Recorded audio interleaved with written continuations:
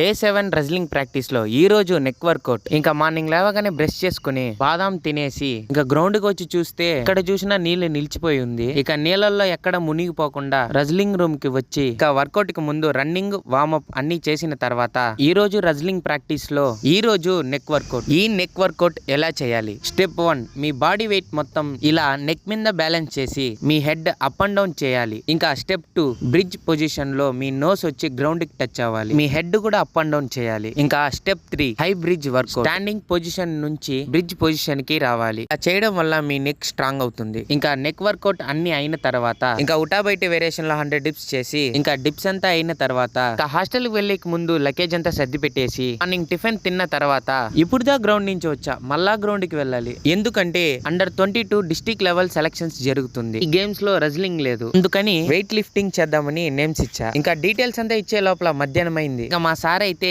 Biryani 2 parcel తెచ్చిచ్చారు. ఇంకా బిర్యానీ తింటుంటే Chintu bye gang అయితే మిమ్మల్ని రౌండప్ చేసింది. వీళ్ళకి ఇవ్వకుండా తింటే మనకి కడుపు నొప్పి ఖాయమని ఇచ్చేసా. ఇంకా హాస్టల్ కి అయితే బయలుదేరినా. ఇంకా వెయిట్ లిఫ్టింగ్ కూడా ఇంకా ప్రాక్టీస్ చేయాలా. అయితే నెక్స్ట్ వీడియోలో చూద్దాం.